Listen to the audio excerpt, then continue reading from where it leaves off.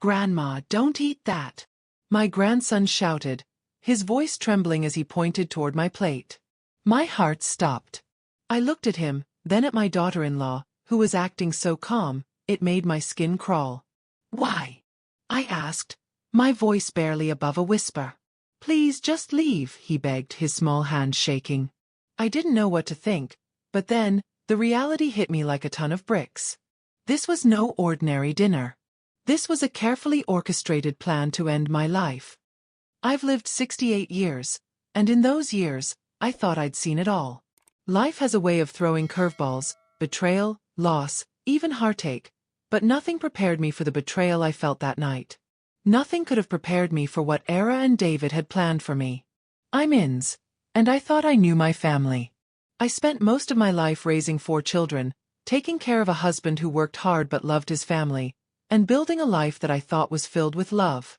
But that night, I discovered that love, at least the kind I thought I shared with my son and daughter-in-law, wasn't as unconditional as I believed. It all started like any other family dinner, or so I thought.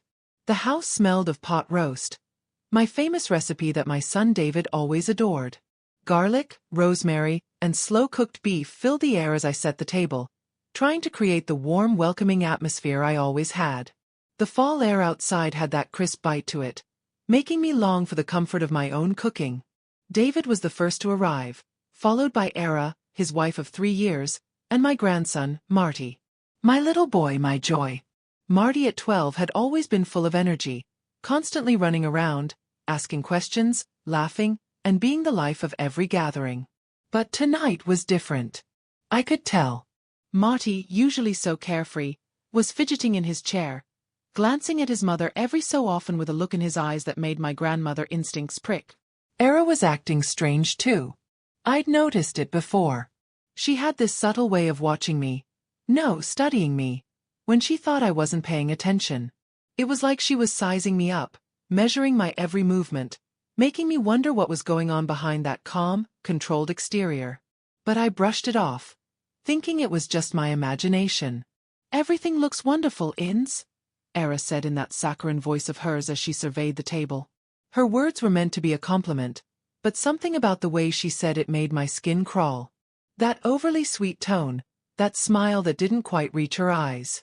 "Thank you, dear," I replied, masking the unease. "I know how much David loves pot roast." David hugged me, but even that felt distant, like the warm embrace I'd once known had been replaced by something colder, more distant.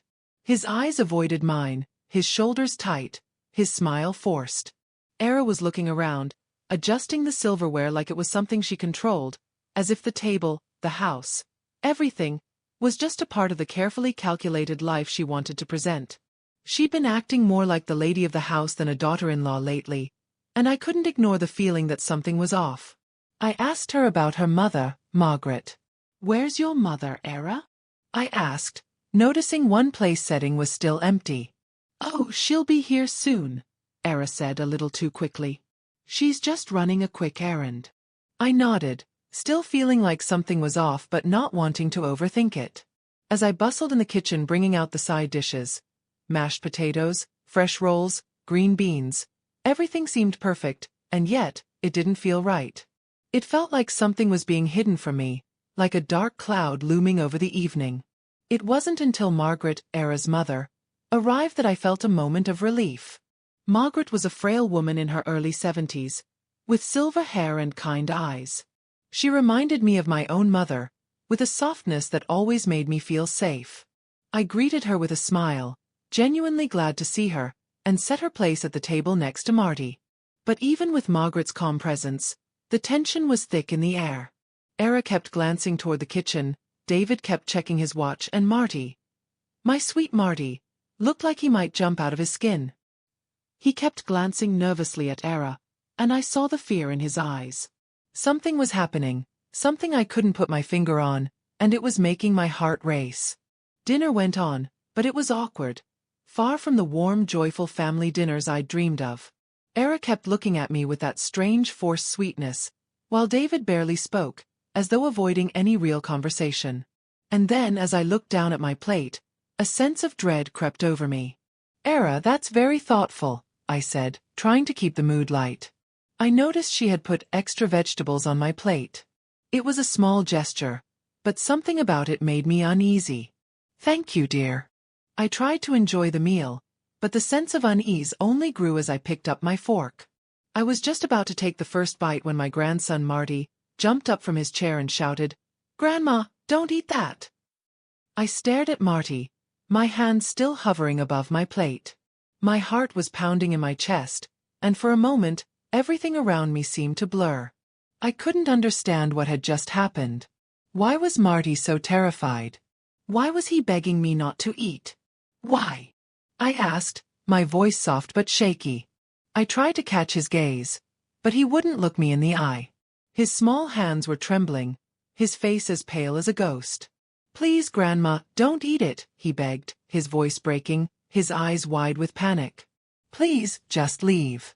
Leave the table." I stood frozen, my mind racing. Era shot a quick glance at David, but neither of them moved.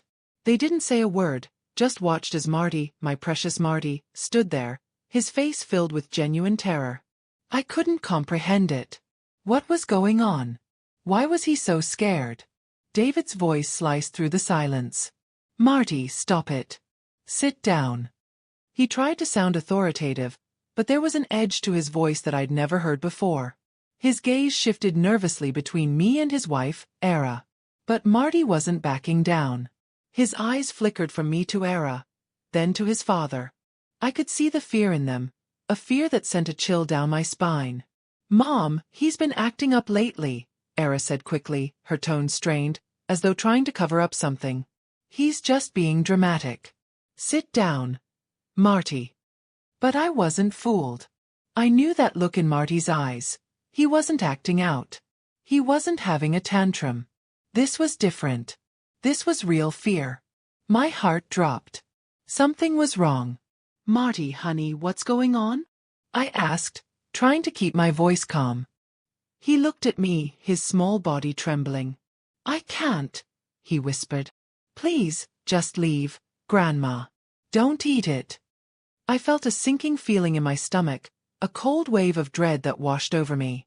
Without thinking, I stood up.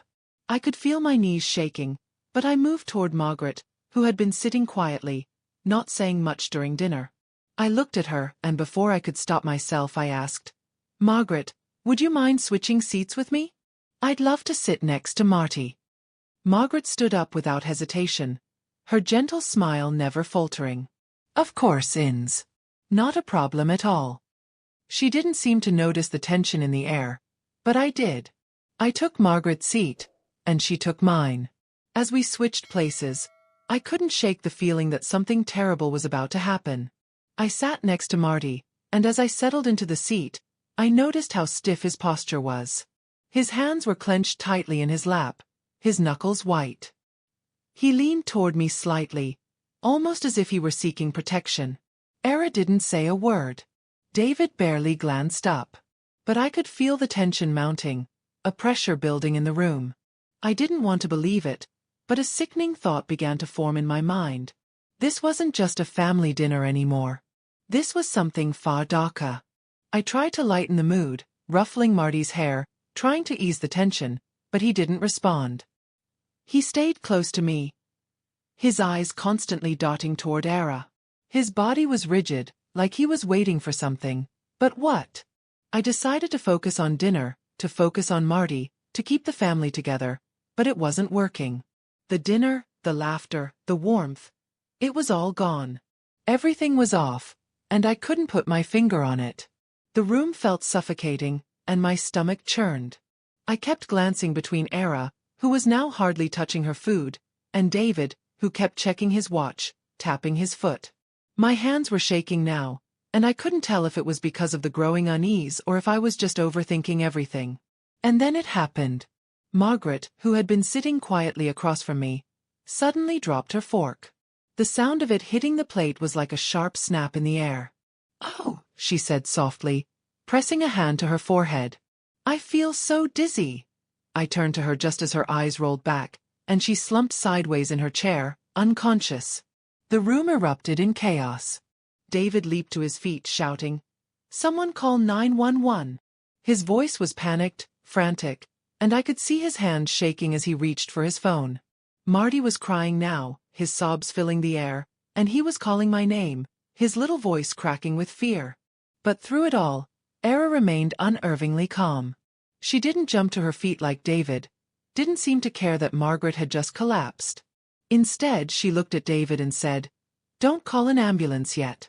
Let's see if she comes around. Sometimes these episodes pass on their own." David didn't listen. He was shouting, his voice full of desperation. "Call 911 now, Era. She's barely breathing." Era's eyes flickered to her watch. She was timing it, I realized. She was waiting to see how long it would take for whatever she'd put in that food to work. The sickening truth settled over me like a heavy weight. This wasn't just a family dinner gone wrong. This was a calculated attempt to take my life. Marty was still crying, his voice thick with fear, but when I looked into his eyes, I saw something else. Relief. He was relieved that it wasn't me who had collapsed. That's when it hit me. I wasn't just sitting at this table. I was the target. They had planned this. Era had planned it.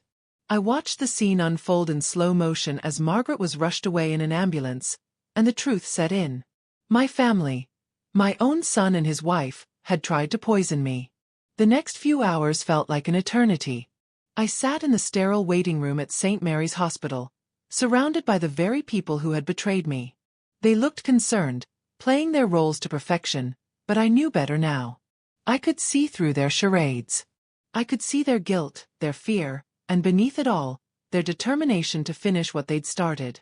David paced the halls, hands in his pockets, his eyes constantly flicking back to Era, who was sitting quietly in the corner, dabbing at her eyes with tissues. I could feel the eyes of the nurses and doctors on me as they bustled around, trying to stabilize Margaret. But all I could think about was the taste of that bitter metallic tea, the cold dread that had settled in my stomach when Marty had begged me not to eat it. I could feel the walls closing in, the realization that someone I loved wanted me dead, and that someone was sitting just feet away from me. Margaret was in intensive care. The doctors were saying they weren't sure if she'd survive. The poisoning had done significant damage to her kidneys, and they were running tests to see if the damage was permanent. But what I couldn't shake was the look in her eyes as she collapsed. The cold, calculating way Era had acted, as though she knew the plan was working. It was as if she was waiting for it to happen. The doctors assured us that Margaret would be okay, but she was still unconscious, and I knew it wasn't over yet. Not by a long shot. But there was one thing I was certain of. Era wasn't finished with me. And this time, I had to fight back. That night, as I lay in the hospital bed, I thought about the conversation I'd had with Marty just hours before. My sweet grandson, the only one who had seen through the facade, the only one who knew what Era had planned. I could still see his tear-streaked face as he whispered to me, "I'm so sorry, Grandma. I should have told you sooner. I should have stopped her." "Stop who, honey?" I had asked, trying to comfort him, though my own heart was breaking. "Mom," he whispered. "She's been planning this for months. I overheard her talking to someone about getting rid of the old bat. That's what they called you, Grandma." My blood ran cold at the words. I knew my daughter-in-law wasn't a saint, but this was unimaginable. She had been slowly poisoning me, using my grandson to gather information about my health, and manipulating him to keep the secret. He had been forced to watch his own mother plot my death. And the worst part? David knew. Maybe not at first, but somewhere along the way, he had joined her in this twisted plan, valuing money more than his own mother's life. The next morning, I called my lawyer, Robert Chen. I had to act fast. I had to protect myself and Marty. I knew David and Era were going to keep pushing, keep trying to finish what they had started, and I needed to be ready. "Robert, I need to change my will immediately," I said when he answered the phone. Is everything all right?" he asked, his voice filled with concern. "Not really," I replied. "I'll explain when I see you. Can you fit me in today?" An hour later, I was sitting in Robert's office, my grandson by my side.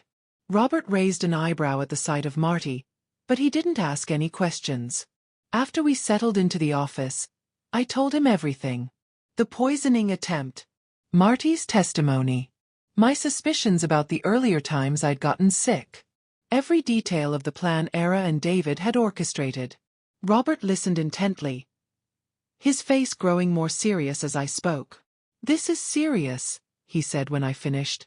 "Have you contacted the police?" "With what evidence?" I replied bitterly. "A 12-year-old's testimony and my suspicions? They'd think I was a paranoid old woman." Robert leaned back in his chair, thinking for a moment. "What do you want to do?" "I want to change my will. Everything goes to Marty, with you as trustee until he turns 25. David gets nothing." Robert looked surprised, but he didn't question me. He knew I wasn't someone who made decisions lightly. "If you suspect they're trying to kill you for your inheritance," Robert said, "removing their motive might be the smartest thing to do." "No," I said firmly. "If I change the will and tell them, they'll just find another reason to get rid of me. They already know too much. I need them to try again." "You want them to try to kill you again?" Robert's voice was full of disbelief. "I want them to try and fail," I said, my voice cold and determined. "And I want it all documented so they can never hurt either of us again." The next few days passed in a blur. I continued to play my role, pretending to be weak, confused, and frail. Era was growing more impatient with me, and I could see the frustration building in her. She thought she had me cornered. She thought I was just a helpless old woman who would sign whatever papers she put in front of me. But she was wrong. I was playing a much deeper game than she realized. I was biding my time, waiting for her to slip up, waiting for the moment when she would reveal her true intentions. It was all coming to a head. The days felt long, drawn out, but every moment was filled with purpose. I was playing the part of the frail, confused old woman, but inside, I was as sharp as I'd ever been. My body might have been slowing down, but my mind was still clear. I wasn't going to let Era and David get away with their plan. Not this time. Every time they came to check on me, I played my role perfectly. I wobbled a little when I walked, letting them see how weak and fragile I had become. When Era offered me food or drink, I'd pretend to take it, but I made sure not to actually consume anything that might harm me. I had learned the hard way what she was capable of. But the more I played the part, the more desperate they became. I could see the frustration in Era's eyes whenever I managed to hold a coherent conversation or stand up straight for more than a few minutes. She had expected me to crumble, to succumb to the sickness she had so carefully planned for me, but I wasn't going down that easily. I had my plan. I knew that Era was going to try again. She'd been acting too calm, too confident, and it was clear to me now that she was convinced I was too weak to fight back. But I was far from powerless. I had already prepared myself, and I had one final piece of the puzzle to put in place. It was late afternoon when I received the call. David had been pressuring me to come stay with him and Era, trying to make me feel like I was a burden. He'd been polite, concerned even, but I could hear the undertone of impatience in his voice. He wanted me out of the house, his house, so he and Era could finish what they had started. I'd known this was coming. They wanted me to move in with them, under their control, where they could isolate me, force me to eat their poisoned meals, and eventually, when the time was right, claim my inheritance. But I wasn't going to let that happen. The next morning, as I prepared myself for what would be my final confrontation with them, I reviewed the plan I had set into motion. Marty had been my biggest ally, though he didn't know the full extent of what I was planning.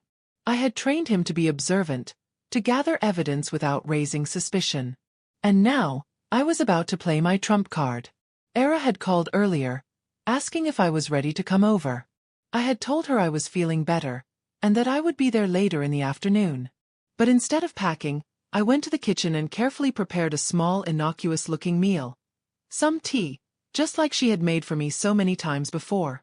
But this time, I wasn't going to let her poison me. I slipped the recorder into my purse and placed another one in the kitchen, hidden behind the flour canister. I had already arranged for Marty to text Dorothy at specific times. If he missed a text, she'd know something was wrong.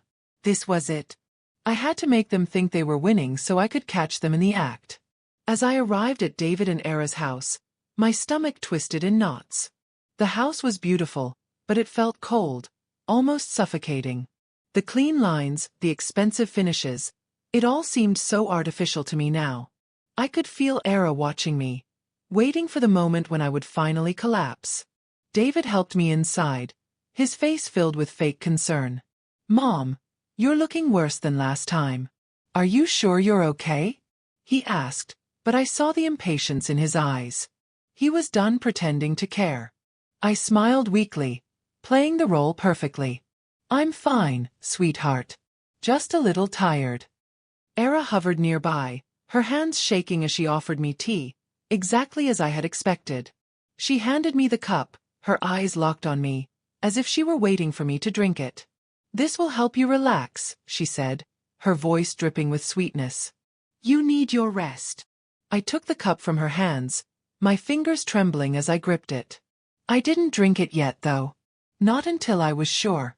I had been preparing for this moment, and now, I would see if they would make the same mistake they had before. "Thank you, Era," I said, lifting the cup to my lips.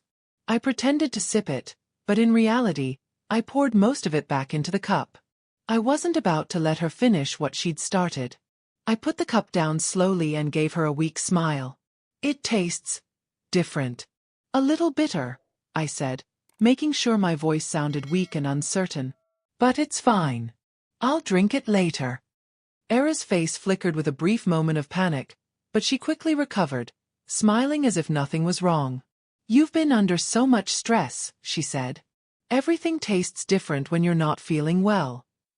But I could see the tension in her shoulders. I knew she was waiting for me to collapse, to show the effects of whatever poison she had put in that tea. But I wasn't going to give her that satisfaction. I didn't wait long to make my move. After a few minutes, I started acting weaker, pretending to sway slightly, pretending to be dizzy. David jumped up, clearly concerned. "Mom, are you okay? You don't look good." "I'm fine," I whispered weakly, leaning heavily on him. I pretended to collapse on the couch, my breathing shallow, my eyes barely open. David was in a panic now. "Call 911, Era," he shouted, his voice filled with fear. But Era, in the same calm tone she had used the first time, said, "No, let's wait. Let's see if she comes around on her own." I heard the sound of her watch ticking, the faintest of glances at her wrist. She was timing it. She was waiting for me to die, and when I didn't, she would act. The minutes felt like hours, but finally, David couldn't take it anymore. "I'm calling 911, he said, his voice shaking. "Wait," Era snapped. "She's already gone. Let's not make a scene." That was the moment. Era had just admitted what I had suspected all along. She wasn't trying to help me. She was hoping I wouldn't survive. But I had a plan, and it was time to put it into action. Just before the sirens arrived, I regained consciousness and whispered, "What happened?" I opened my eyes and looked around in confusion, making sure I played my part to perfection. "Mom, you collapsed," David said, holding my hand tightly. The paramedics were already in the room, checking my vital signs. As they loaded me onto the stretcher, I made sure to grab my purse with the recorder inside. I could feel the tension building, and I knew I was one step closer to exposing the truth. The drive to the hospital was a blur. The ambulance lights flashing through the windows, the sound of the sirens piercing the night air, all of it felt like I was floating through a strange dreamlike haze. The only thing that was clear was the burning determination inside me. I wasn't just going to survive. I was going to make sure they paid for what they had done. As I lay on the stretcher, my mind raced with thoughts of my next steps. Era and David thought they had won, but they were wrong. They thought they had me cornered, that I was just a confused old woman who could be easily manipulated and discarded. But I wasn't that woman. Not anymore. I had a plan. A plan that was going to bring everything into the light. I couldn't let them get away with this. For Marty's sake, for my own sake, I had to make sure they were stopped before they could hurt anyone else. The hospital staff rushed me into the emergency room, and I was surrounded by doctors and nurses who worked quickly and efficiently, checking my vitals, running tests. They didn't know what had really happened, and I didn't intend to tell them the truth just yet. Not until I had everything in place. David and Era had arrived at the hospital shortly after me. David was still acting concerned, though his eyes kept darting toward Era, who had adopted her usual calm, collected demeanor. It was as if nothing had happened. As if the woman who had just tried to kill me wasn't sitting right next to him, her hand resting on his arm like nothing was wrong. But I could see it in her eyes. The fear, the panic, the realization that she hadn't succeeded. Yet, as the doctors ran their tests, I played my part. I acted confused, a little disoriented, as though I didn't remember what had happened or why I was there. I let the doctor ask me questions while I feigned weakness. But inside I was steady. I was calculating. When the nurse asked about the tea, I told them about the bitter metallic taste I had noticed, the strange sensation in my mouth. I made sure to mention it clearly, so there would be a record of it. As the nurse made a note, I could feel the weight of the situation pressing down on me. This was it. This was the evidence I needed. But I wasn't done yet. The real plan was just beginning. As the hours dragged on, David and Era stayed by my side. David kept asking if I was okay, his voice full of concern, but I could tell there was something else there. Guilt? Fear? Maybe both. But it didn't matter anymore. The truth was out, and there was no turning back. At one point, when the doctors left the room, Era leaned in close to me. "Inz, are you really okay?" she asked, her voice dripping with false sympathy. "You've been through so much." I looked at her, my eyes steady and unwavering. "I'm fine," I said quietly, a faint smile playing at the corner of my lips. "I'm just so tired." She seemed to relax a little, though I could see the unease in her eyes. She wasn't as calm as she pretended to be. She knew. Deep down, she knew this wasn't over. The next few minutes were the calm before the storm. I knew Era was about to make her next move. She was playing the long game, trying to gain my trust, to make me feel safe. But I wasn't stupid. I wasn't going to fall for it again. By the time the paramedics had finished taking my vitals and the doctors had given me a clean bill of health, aside from the confusion I had been faking, I knew it was time. I was ready. As I was wheeled out of the hospital room, I grabbed my purse. The recorder was still inside, but this time, I had something else with me. My phone. It was time to set the trap. I knew Era wouldn't give up. She was too desperate. And David, well, David had already proven that his loyalty was not with me. He was willing to do anything for the inheritance that was at stake. They thought they were clever, that they could pull the wool over my eyes, but I had one last trick up my sleeve. Back at their house, Era tried to play the part of the caring daughter-in-law. She offered me more tea, more comfort, more fake sympathy. But I knew what she was doing. I could see through it all. She was trying to lull me into a false sense of security, thinking that I was too sick to notice what she was doing. David stayed quiet, though I could see the guilt gnawing at him. Maybe he hadn't known about the poison, but he knew everything else. He knew about the will, the inheritance, and the plans that Era had laid out. And he'd chosen to stay silent. He'd chosen to protect her over me. That night, as I sat in the guest room, pretending to rest, I knew this would be the final showdown. I had to take one last step to make sure they couldn't hurt me again. Marty had texted Dorothy earlier, as planned. He was keeping track of everything, making sure that when the time came, the truth would be exposed. I was going to give Era and David one last chance to reveal themselves. One last chance to make the mistake that would bring them down for good. The next morning, Era came into my room with another cup of tea. Her smile was sweet, but her eyes held something darker. I could see the glint of fear in them. She thought this would be the moment she finished me off. But she was wrong. "I made you some chamomile tea," she said, her voice far too sweet. "It'll help you sleep." I took the cup from her hands, pretending to be weak, pretending to be at her mercy. "Thank you, dear," I said softly, watching her closely. She didn't suspect a thing. I brought the cup to my lips, just as I had before. But this time I was ready. I hadn't drunk a drop of the tea. I'd replaced it with plain water. And I'd made sure the recorder in my purse was running. As I set the cup down, Era's face flickered with impatience. "Drink up," she urged again, her voice tight with control. You need it. I smiled weakly, playing the part. I will, dear. Just not yet. The next few moments were like a scene from a movie. I could see her eyes watching me carefully, waiting for me to collapse, to show signs that the poison had taken effect. But instead, I slowly leaned back in my chair and said, You know, Era, I've been thinking about the will. Her eyes widened, but she quickly masked it with a smile. What about it? I think it's time to make some changes, I said quietly, letting the weight of the words settle between us. You know, for Marty's future. I watched Era closely as my words hung in the air. The moment I said it, I saw her body stiffen, her hands gripping the armrest of the chair a little too tightly.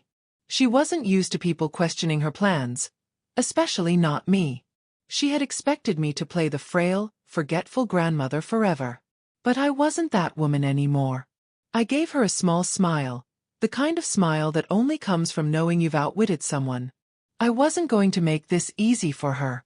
I was done being the victim. What do you mean, Inns? Era's voice was tight, her fake sweetness slipping ever so slightly. What changes?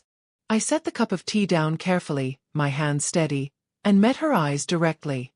I've been thinking about how everything is going to be handled after I'm gone, I said, letting the silence linger for a moment.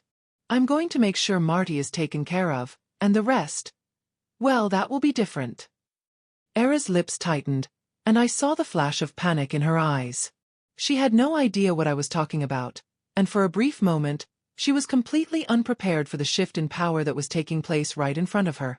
Oh, Inns, she said, her voice too sweet, too smooth. You've had a rough time lately. You should get some rest. We'll talk about it another time. I shook my head, letting the weight of what I had just said sink in. No, Era. We're talking about it now. I'm not going to let you keep manipulating me. Not anymore. For a second, she froze, her eyes flicking to David, who had been quietly watching from the corner of the room. I could see the guilt on his face, but he wasn't ready to give up on his wife just yet. Not until he had to. I could feel the tension building in the room, like a coiled spring ready to snap. I know what you've been doing, I said quietly, my voice steady, unwavering. I know about the poison. I know what you've been trying to do to me. Era's face went white, her mask cracking, and for the first time since I'd entered this house, I saw her as she truly was. Cold, calculating, ruthless. She hadn't expected me to be awake, to be aware, to fight back. She thought I was too old, too weak, to notice what she had been doing. But I had been watching, waiting, and now, I was ready to expose her. David seemed to snap out of his daze at the mention of the poison. What are you talking about? He asked, his voice filled with confusion and fear. He knew his wife was capable of many things, but he wasn't ready to face the truth. Not yet. Don't pretend you don't know, I replied, my voice firm. I know about the tea. I know about the plans you've been making. You've been trying to poison me, Era. But it's over now. David's face went ashen, and I saw the guilt begin to set in. The look of panic on Era's face deepened, and she tried to play it off as if she was still in control. Inns, you're confused. You're just not thinking straight, she said, her voice shaky now. You need to rest. We'll talk about this later, okay? But I wasn't buying it. I had everything I needed, and she knew it. She was cornered. She had underestimated me, just like she'd underestimated Marty. I'm not confused, Era, I said, standing up slowly, feeling the weight of the moment settle over me. I've had a long time to think about this. You tried to kill me, and I'm going to make sure everyone knows. You've been poisoning me for months. You used Marty to spy on me. And now, you're going to pay for it. For a moment, there was silence. Era stood frozen, her hands trembling. She looked as if she wanted to lash out, to scream, but she couldn't. The truth was out, and there was no way for her to deny it anymore. David's face was pale now, and I could see the panic in his eyes. Mom, he whispered, his voice hoarse. This isn't what it looks like. I never. But I cut him off. Don't. You knew. You knew what she was doing, and you didn't stop her. You let her manipulate you, David. You let her destroy everything that was good about this family. But it's over now. David sank into a chair, his head in his hands. I could see the guilt eating away at him, but it was too late for apologies. Too late for excuses. I know what you've been trying to do, I said, my voice steady. And I'm not going to let you get away with it. You're going to face the consequences for your actions, both of you. I turned to Era, who was still standing there, her face twisted in anger and desperation. You thought I wouldn't see through your lies, didn't you? I said coldly. You thought I was just an old woman, too weak to fight back. But you're wrong. And just as I spoke those words, the front door opened. The sound of footsteps echoed through the hallway, and I saw Detective Martinez and a few officers walk into the room. I think it's time for you to face the consequences, I said to Era, my voice unshakable. Detective Martinez, it's all yours. Era's face went white, and for the first time, she looked truly afraid. No, you don't understand. This is a mistake. She cried, but it was too late. The officers moved in, their hands firmly gripping her arms. Era Holloway, Detective Martinez said calmly, you're under arrest for attempted murder. David didn't even try to stop them. He knew, just like I did, that there was no way out for either of them now. The truth had come to light, and they couldn't deny it anymore. As the officers led Era away, her face twisted with rage and defeat, I turned to David one last time. You made your choice, I said quietly.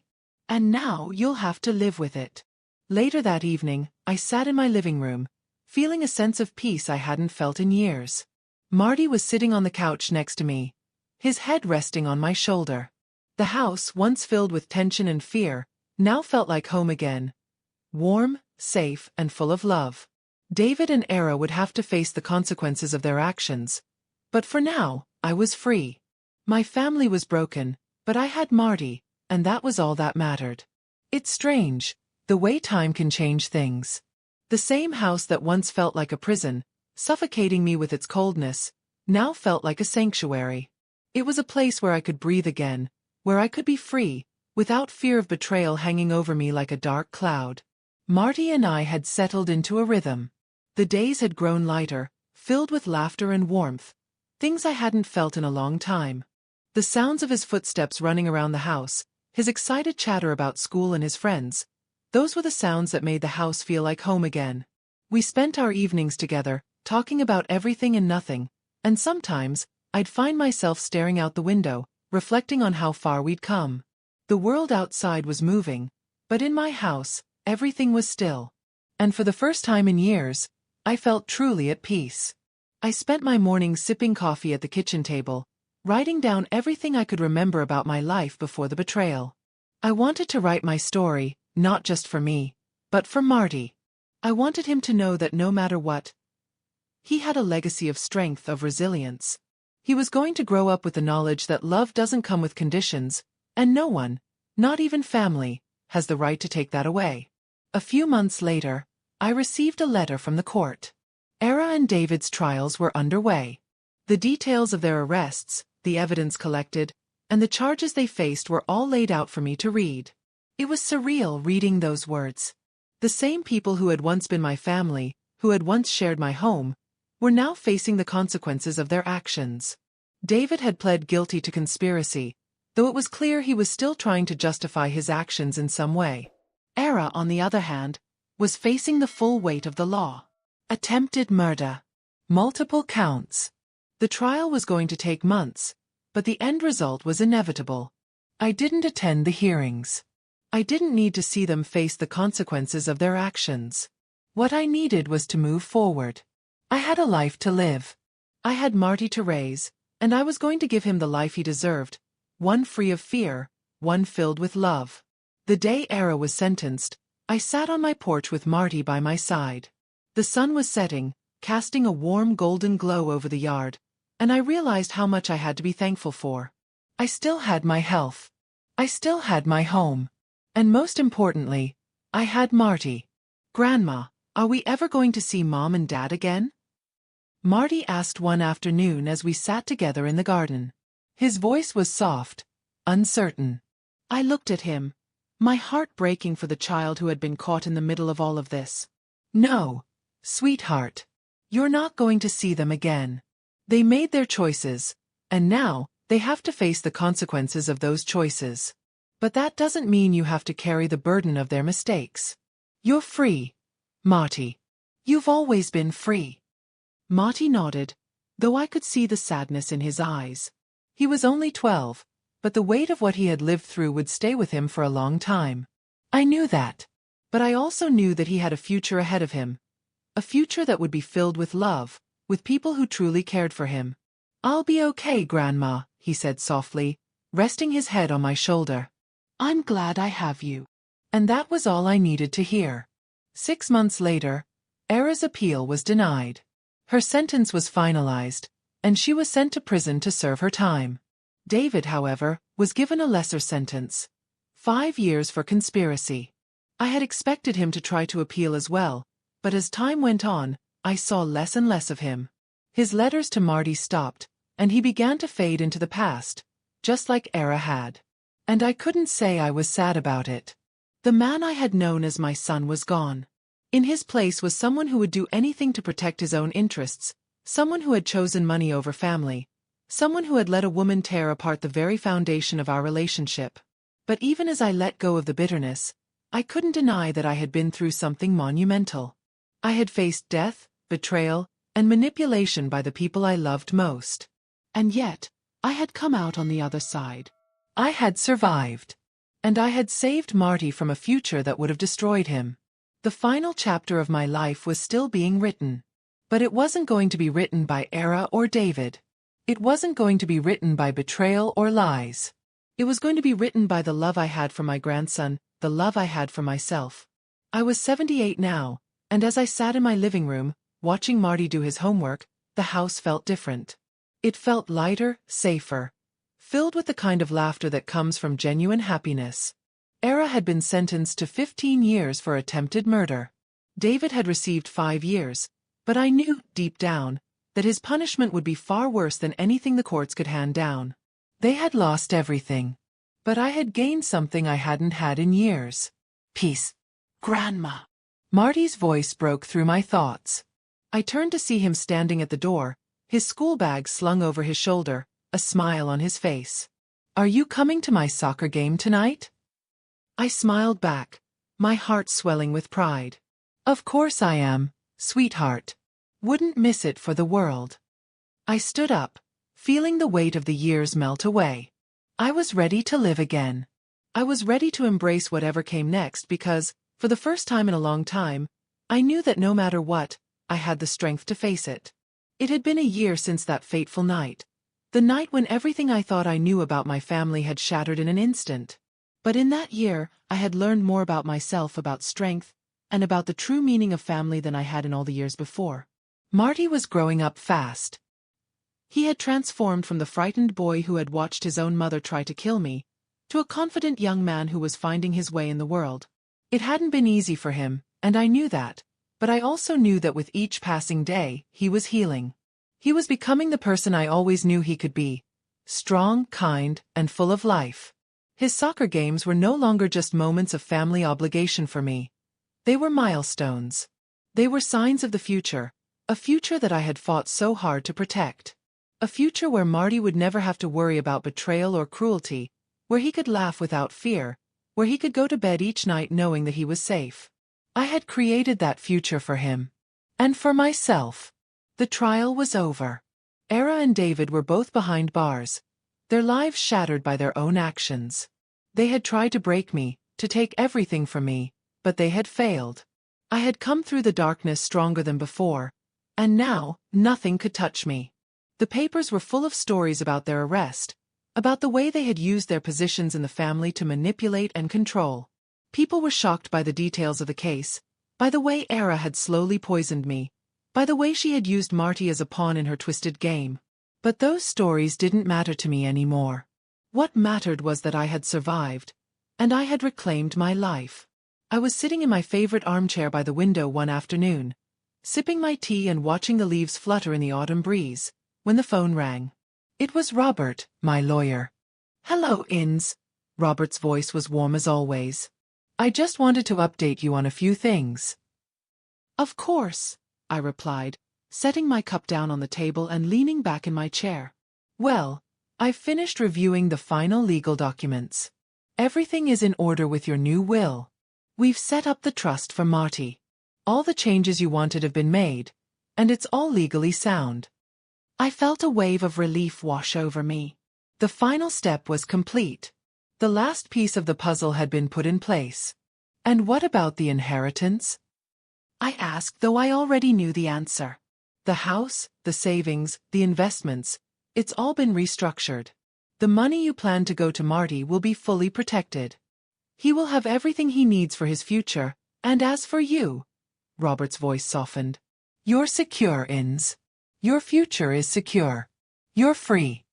I let out a breath I didn't realize I had been holding. "Thank you, Robert. You've been such a great help through all of this." "No thanks needed, Inns," he replied. "You did the hard part. You stood up for yourself when no one else would." Life, though, was no longer about holding on to the past. It was about moving forward. Marty and I had made it through the storm, and now it was time to rebuild. We didn't need anyone else. We didn't need the toxic relationships that had nearly destroyed us. We had each other, and that was enough. The next few months passed peacefully. I watched as Marty flourished, making friends, excelling in school, and becoming more independent. He still had moments of sadness, moments where the weight of what had happened would catch up with him, but we always worked through them together.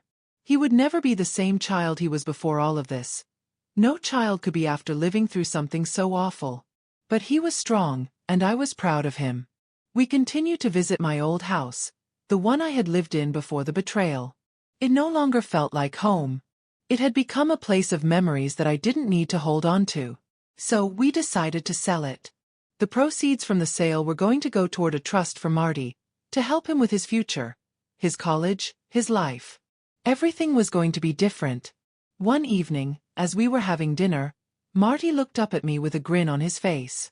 "Grandma," he said, his voice full of excitement, "I think I want to play soccer in high school. I want to be a part of something, you know? Something that's mine." My heart swelled with pride. "That sounds like a wonderful idea, Marty. You should go for it. Whatever you want to do, I'll be here cheering you on." For the first time in a long while, I felt truly at peace. I had spent so many years being manipulated, being controlled, that I had forgotten what it was like to live freely. But now, with Marty by my side, I was finally living the life I deserved. A year later, as I sat in the front row of Marty's high school soccer game, I realized just how far we had come. He was on the field, running with the ball, laughing with his teammates. His eyes shone with confidence, with the knowledge that he could accomplish anything. And I knew that no matter what happened, he would never again have to worry about the kind of betrayal that had almost destroyed us. This was my victory. Our victory. I had fought for my life, for Marty's life, and I had won. I had faced the worst of humanity and come out the other side stronger, wiser, and free. As the game ended, I stood up and cheered, my voice strong, my heart full of love for the young man who had helped me survive. And in that moment, I realized that, no matter what the future held, nothing could break me now. Marty had a bright future ahead of him, and I was going to be there to see him through it. I had made it through the darkness, and now I was going to bask in the light of everything I had fought for. I was free.